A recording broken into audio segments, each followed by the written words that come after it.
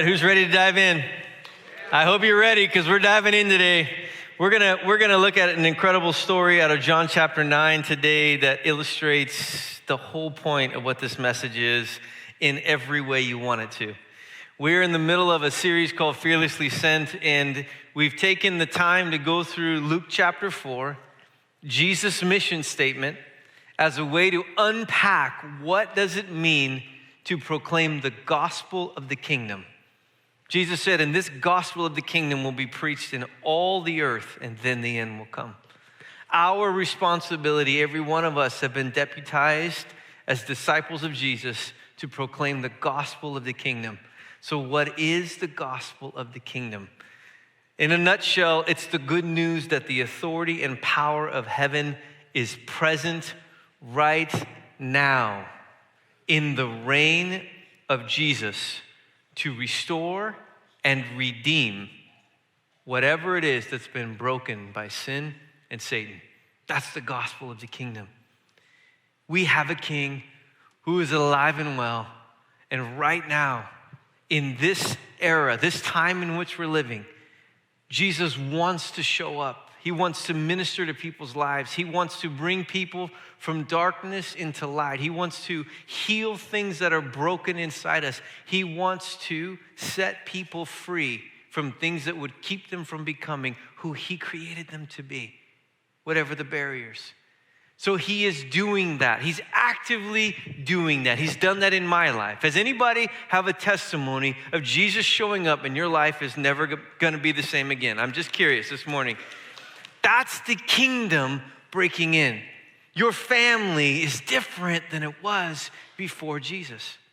The way you relate to each other, love each other, the honor that you show one another, the way you respect one another, the things you approve of in your own life that used to pull you away and cause guilt and shame are now breaking free off of you, and you are now living more and more free.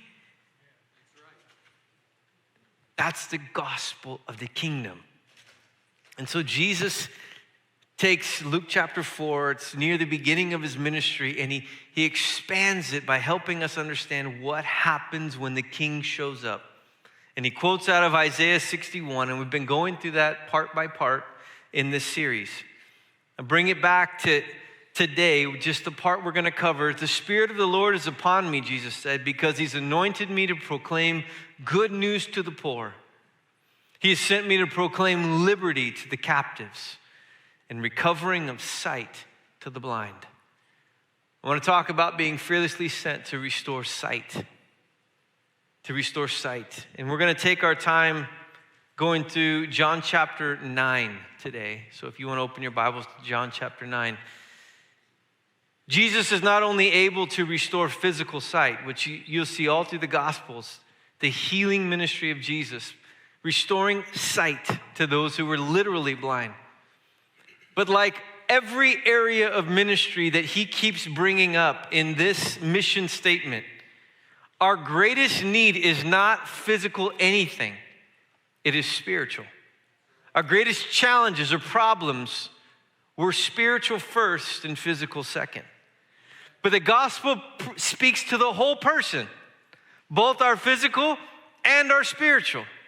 God cares about all of you. Are you with me? All of it. It's holistic in every way.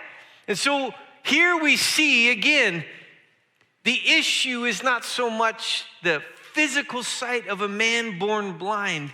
It's the spiritual sight, not only that he recovers, but you get to see all of those interacting with this miracle and how they either remain blind or themselves gain sight. Our ability to see, spiritual sight has to do with our ability to see God and what he's doing. To see, like anybody get up in the middle of the night last night for some reason? Did anybody? Did it happen to anyone? Yeah, something woke me up at 3 a.m. I never wake up at 3 a.m. I had a dream and I felt like something was tickling me at my side. It woke me up in a start, and then I heard the owl hooting outside the window. It It was the weirdest night ever, but I woke up in the middle of the night. And when you wake up in the middle of the night, the lights are off and you stumble on things, you kick things, you're trying not to step on a cord in the wrong spot. Are you with me? So just turn a light on. But you don't want to turn a light on. Why? Because then it's I can't see, but I can see, but I can't see, but I can see. And this is what happens when Jesus comes into our life, when we recognize who he is. It's like in life, all of a sudden, a light bulb's been turned on. Not only a light bulb that shows us our state. It's like in the morning, and you wake up and you look in the mirror and you go, oh, there's some work needed here. It shows us where we are, but it also shows us what's going on around us. And as the people of God, we are, I don't want to say called, it's like the word you use all the time, but it's like, this is our heritage, is to see, to understand what's happening around us, to understand our life in light of God and what he's doing in the earth. Spiritual sight. And you and I are called to proclaim recovery of sight to those that are blind. How do we help people who are blind see? How do we help or allow him to help us see when we're blind? That's what this story is all about. John chapter 9. We're going to start by talking about the problem of blindness. And then we're going to look at the causes of blindness. And then lastly, we're going to talk about the power of sight. And this is all out of the story of this man born blind. John chapter 9, verses 1 through 7. Let's talk about the problem of blindness. It says, as he passed by, he saw a man blind from birth. And his disciples asked him, Rabbi, who sinned, this man or his parents, that he was born blind?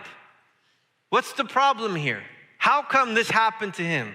Anybody ever been in a situation where you ask the question, how could this happen to me? Why did this happen to them? There's got to be a reason. Are you with me? That's where they're at. Hey, I'm just curious, Jesus. I see this man. He's been born blind. He's here. He's begging. Whose fault was it that he's blind? Listen to Jesus' answer. It was not that this man sinned or his parents, but that the works of God might be displayed in him. We must work the works of him who sent me while it is day. Night is coming when no one can work. As long as I am in the world, I am the light of the world. Having said these things, he spit on the ground and made mud with the saliva. Then he anointed the man's eyes with the mud and said to him, go, wash in the pool of Siloam, which means sent. So he went and he washed and he came back seeing. This is the beginning of the story. It's what happens after this that is so significant to the whole story. But this is the beginning, the problem of blindness. The problem of blindness is that you can't see. Simple enough. If you're blind, you can't see. Am I right? When the lights are off in the house, you can't see. In the middle of the night when something goes bump and you don't know what it is and you can't see, all of a sudden it's bigger, all of a sudden you hit something, you can't see until somebody or something turns on the light. This man, his whole life had been blind. He was unable to see. He had no idea what sight was. He only knew what it wasn't. And the gospel reminds everyone that we are at the same spot spiritually. We begin blind. We're not born with sight. Just like the man born blind, you and I, because of sin, are born without spiritual sight. We can't see. We don't know who God is. We're trying to figure it out somewhat as we're going through life. But so we stop bumping into things that keep hurting us, or we stop worrying about things that seem so frightening in the dark. Somebody needs to turn a light on for us. Show us who we are. Show us who God is. Show us why we're here. And remind us where we're going. The miraculous healing was just a sign meant to reveal Jesus as God's Messiah. The question that they asked Jesus, who sinned, this man or his parents, is a common question. Jesus' answer actually might be better read this way, and it sounds like semantics, but in the Greek, you don't have the punctuation. So the writers, the interpreters go back and they put punctuations in for us where we think this is where the sentence ends, this is where the period should go, the comma, the semicolon should go here like this. Let me read it to you this way, in the way that I believe Jesus was saying this. It was not that this man sinned or his parents, period. But that the works of God might be displayed in him, we must work the works of him who sent me while it is day. It's not that this or that was the cause. Here's the thing, I am here to work. I'm here to work, and so that my works can be displayed in this broken situation. What's the broken situation in your life? But so that my works can be displayed in the broken situation, so that good works might come out of something that seems not good. Are you with me? We've got to work the works of the Father, the works that I've been sent to do while it is the day.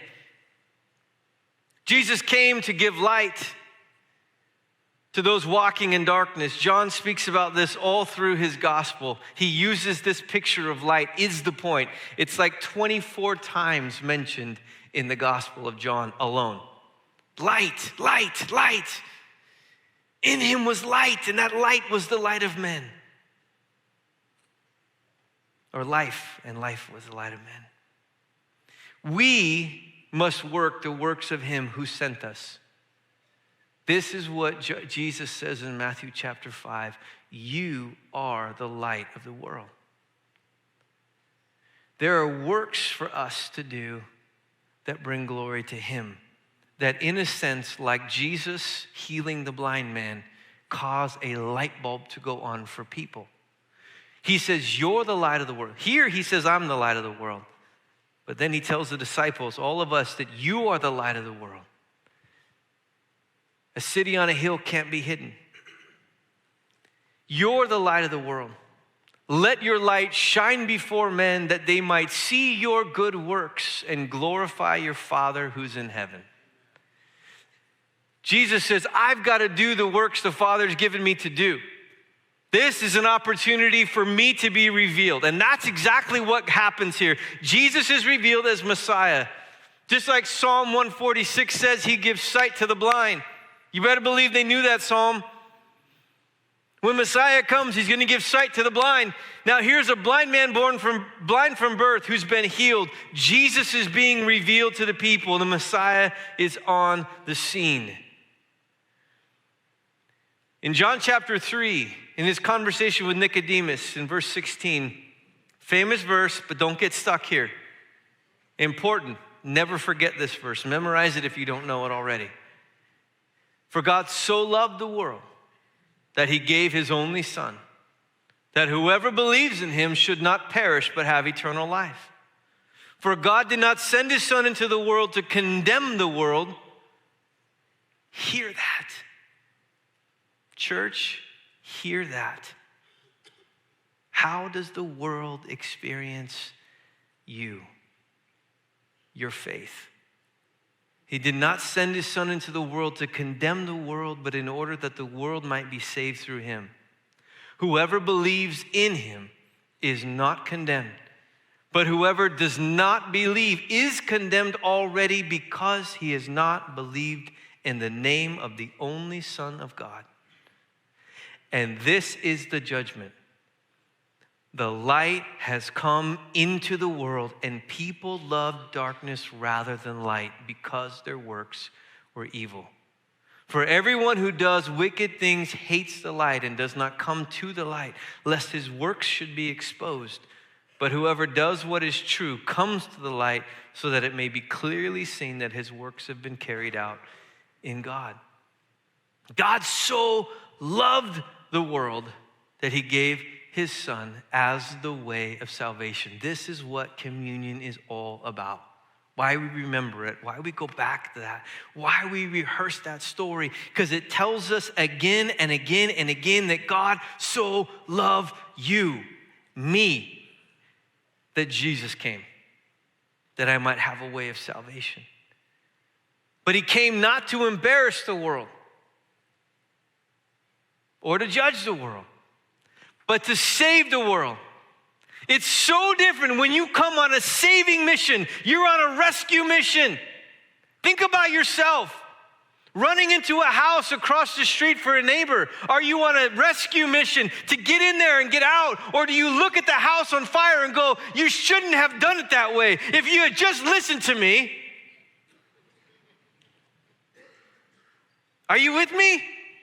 There's too much of the church doing that crud, and not enough of the church running into the house to rescue people because they're the point.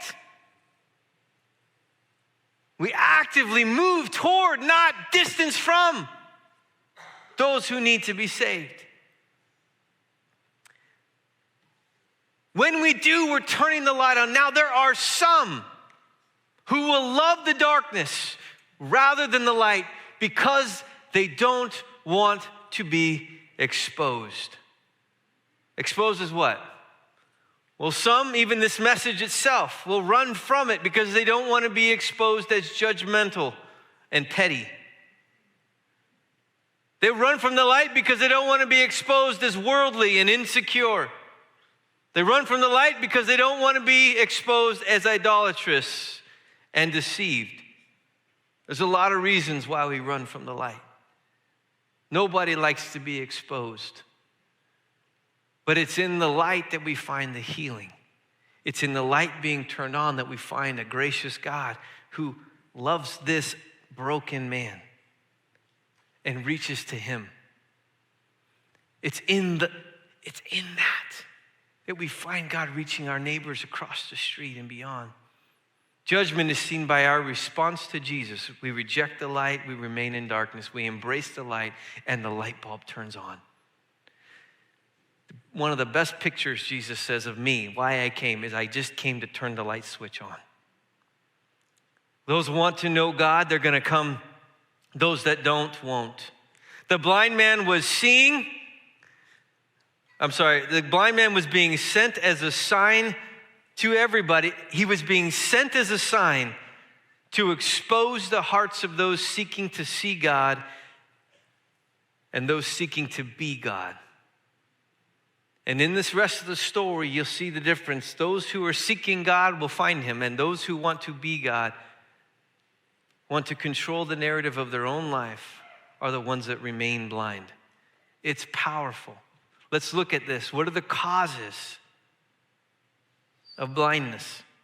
So this man is healed miraculously. They've known him. He's been there a long time. He's a man born blind. He sits there begging. He's sit there begging for many, many years. He's well known by everybody in the community, small town. He's got neighbors and friends. And here's what happens after he comes back seeing finally. The blind guy can see. The neighbors and those who had seen him before as a beggar were saying, "Is this not the man who used to sit and beg?" And some said, "It is he." Others said, "No, but he looks like him." He kept saying, "I'm the man." So they said to him, "Then how were your eyes opened?" And he said, "Well, the man called Jesus made mud, anointed my eyes, and said to me, 'Go to Siloam and wash.' So I went and I washed and I received my sight." And they said to him, "Well, where is he?" He said, "I don't know." So they brought him to the Pharisees. So they brought to the Pharisees the man who had formerly been blind. Now it was a Sabbath day when Jesus made the mud and opened his eyes. So the Pharisees again asked him how he received his sight. And he said to them, "He put mud on my eyes, and I washed, and I see." Some of the Pharisees said, "This man is not from God, for if he does not keep the Sabbath." But others said, "How can a man who is a sinner do such signs?" And there was division among them. You see, this is not about the physical sight. This is all about spiritual sight. Jesus is in their midst. He's healing. The king is here, as prophesied, and they're so confused. They're divided over this. Who is this? Who can do this? What's going on? So they asked again to the blind man, "What do you say about him since he opened your eyes?" He said, "He is a prophet." He went from the man called Jesus to he's a prophet. Then the Jews did not believe that he had been born blind and received his sight until they called the parents of the man that had received his sight. And they asked them, "Is this your son, who you say was born blind? How then does he see?" His parents answered, "We know that this is our son and that he was born blind. But how he sees, we don't know. Nor do we know who opened his eyes. Ask him, he's of age, he'll speak for himself." His parents said these things because they feared the Jews. For the Jews had already agreed that if anyone should confess Jesus to be the Christ or the Messiah, he was to be put out of the synagogue. Oh, man. Therefore, his parents said, "He's of age, ask him." So for the second time, they called the man who had been blind and said to him, "Give glory to God. We know this man is a sinner." He answered, "Whether he's a sinner or not, I do not know. One thing I do know. Though I was blind, now I see." They said to him, "What did he do to you? How did he open your eyes?" And he answered them, "I have already told you that he would, and you would not listen. Why do you want to hear it again? Do you also want to become his disciples?" Putting himself in that place, by the way. You also? What does that mean about me? That's who I'm choosing. That's who I'm choosing. You want to join me? And they reviled him, saying, "You are his disciple, but we are disciples of Moses. We know that God has spoken to Moses. But as for this man, we don't even know where he comes from." The man answered, "Why, this is an amazing thing. You don't know where he comes from, yet he opened my eyes. We know that God does not listen to sinners, but if anyone is a worshiper of God and does his will, God listens to him. Never since the world began has it been heard that anyone opened the eyes of a man born blind. If this man were not from God, he could do nothing." And they answered him, You're born in utter sin, and you would teach us?" Come on, you got to get into it. This is what's going on. It was way more volatile than the way I portrayed it. What causes blindness? There's three people or groups represented here as lessons to us in what causes blindness. First, it's the neighbors. They're the first ones represented. He comes back seeing. This man is ecstatic. He has never seen his entire life, and now he sees. A miracle has happened. His whole life changed. The lights have gone on, literally, and they're starting to come on spiritually.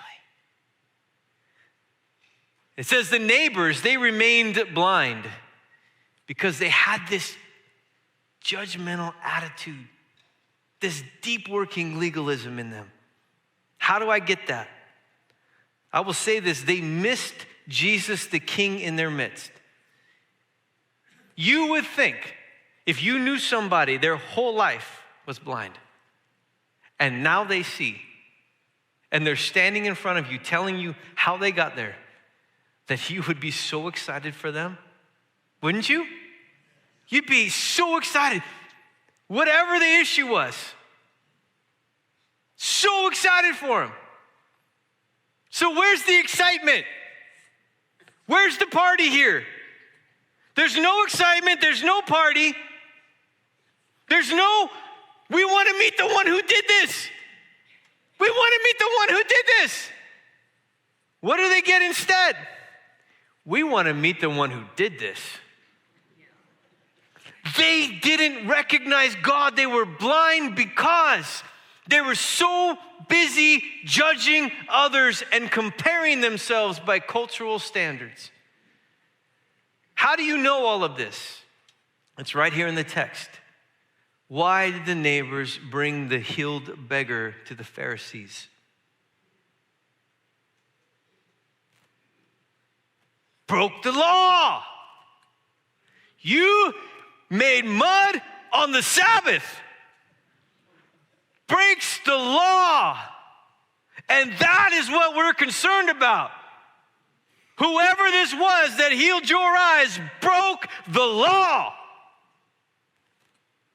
Come on. They completely missed Jesus in their midst because they were so focused that the law was being broken in the way that they understood it. Their traditions were being disregarded. So easy in the church for that attitude to stir up. Well, you can't dress like, you can't believe this way. You can't whenever, you can't vote like that. You can't. And we miss what God's doing in the midst of people's lives, what's happening in our country. We miss all of that because we're so busy finding everything that's wrong with everybody else, what they're doing to break the law. And then we say that is what Christianity is all about. And we so miss what Jesus is doing in our midst. If I'm turning the light on for some of you, good. I am not going to apologize for it. Those attitudes have to break if God's going to use us to be fearlessly sent to reach a world that's lost. What is your attitude toward the blind and the lost in your community? Ooh, or, oh man, I just want to get close to you. I want you to experience the love of Jesus the way I know him. Walking with sight means you're on a rescue mission. I don't have time to get into John 4, but Jesus tells his disciples, lift up your eyes. The field is white for the harvest. They literally just came from the town in Samaria where they just went to buy food and come back, judging all those Samaritans. And Jesus is right here saying, I'm here revealing myself to this woman, this Samaritan woman, and all the town dumps out. All the people they had just looked past, all the people they had just gone to see, they ignored all of them. They're all coming to Jesus, and he's revealing himself to all of them. And it's a great day of salvation. He says, if you guys would just open your eyes, you're blind. You're blind. You missed the harvest because you're so busy judging the world. It's like, oh. So these guys, they missed Jesus in their midst. And then the parents remain blind because their fear of what others would think of them. This is their son, for crying out loud. He's been blind his whole life. They have a chance to give glory to the one who healed their son. And instead of giving glory to Jesus, they back away from him. Yep, that's his story to tell. You can ask him. He's of age. And why do they back away? Because it's going to cost them. It's going to cost them. They didn't want God. The neighbors didn't recognize God. But the parents didn't want God because it would cost them financially. It would cost them socially.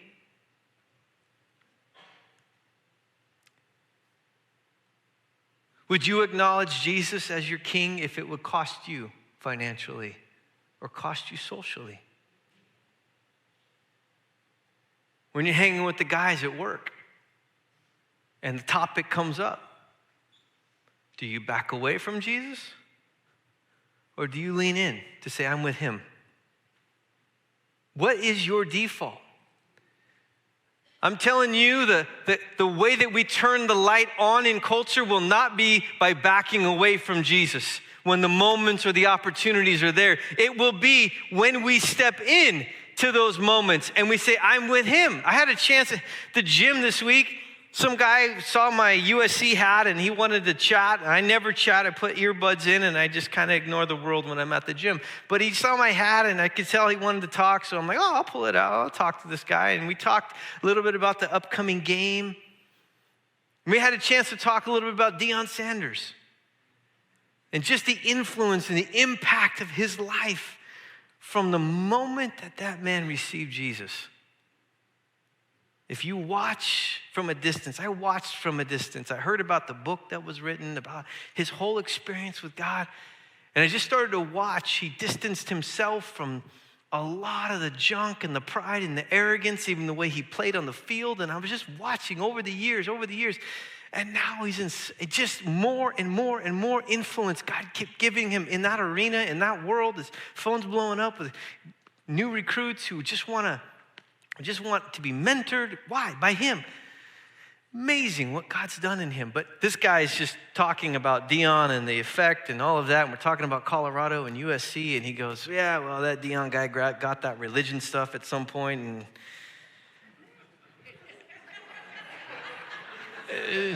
trust me, I miss opportunities all the time too. But I'm like, oh, man, lean in. I'm like, oh, yeah, I'm a believer in Jesus too. And I just stepped into the space. And he's transformed Deion's life. It's been amazing what God's done in his life. And he backed away a little bit. But then he said, hey, well, my son has gotten into his faith too. And and it started to move down another road. And I thought, I think I'm in the middle of one of those divine appointments that you pray for people that don't have spiritual sight. And you ask, God, would you bring people into their life that would be a good example of you to them so that they might come to you? I'll bet his son is praying for his dad. And now at the gym, we're having an encounter where there's at least another Christian in his life that isn't weird, judgmental. Are you with me? And who knows how much that moves the needle, but I'll see him this week, I'm sure, at the gym again. I see him all the time. But now he knows I'm one of those. Matthew 10:32, if you acknowledge me before men, I will acknowledge you before my Father in heaven. Do you lean in or do you back away? You cannot bring the light if you back away from Jesus. But every time you step into moments and spaces and say, oh yeah, I'm with him, you give people an opportunity to go, oh, what does it look like for someone to be with him? And hopefully we are living the kind of life that people go, oh, that's what it means to be a follower of Jesus. I want that. Look at the way they treat people. Look at the way they talk. Look at their life, what they do, what they don't do. They live differently. They're living as people in the light. People of the light. Walking with sight means you're proud to acknowledge Jesus. Then you have the Pharisees who remain blind because they refuse to recognize that Jesus was right about God and that they were wrong. They were wrong. They were dead wrong about God, about what he's doing, about their own religion. They had made religion their God. The law had become their God. This is what I trust in, is the law.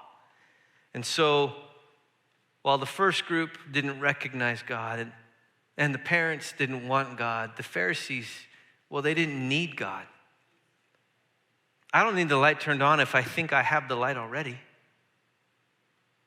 I don't need God when I've got religion. My religion tells me I'm okay. I've got a set of rules and regulations by which I follow, and if I follow them well, or at least better than others, I'm doing good.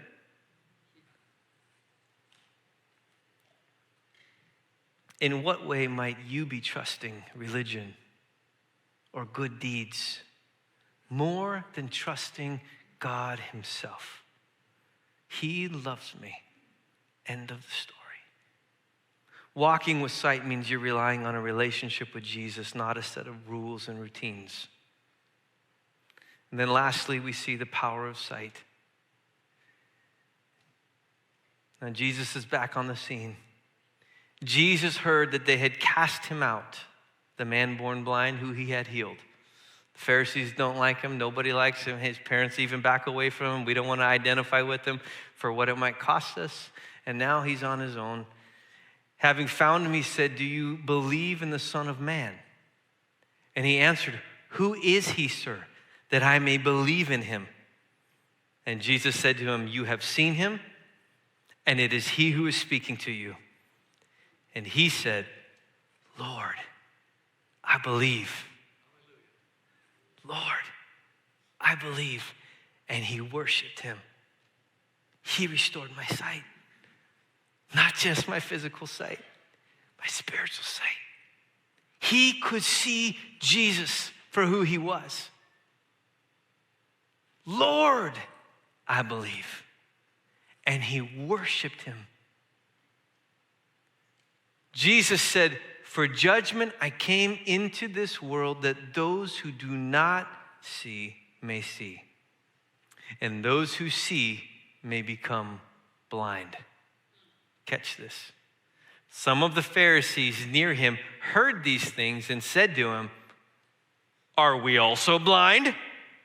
And Jesus said to them, "If you were blind, you would have no guilt.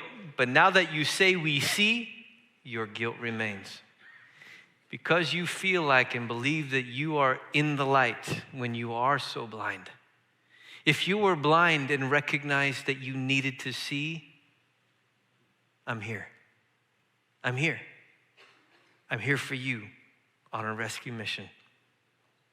But because you see me and refuse to see, you're going to remain blind and under judgment." Jesus came to turn the light on for us. Progressively, we see a man who is moving through that, going from the man, the prophet, right? Who are you? Lord, I believe. I don't know where you are on your journey today. But if you want to know who God is, Jesus is here. He is here right now, present, to say, "I want to take the blindness away. I want you to see me and know me." In this, I feel like, boy, it stirs up lots for me.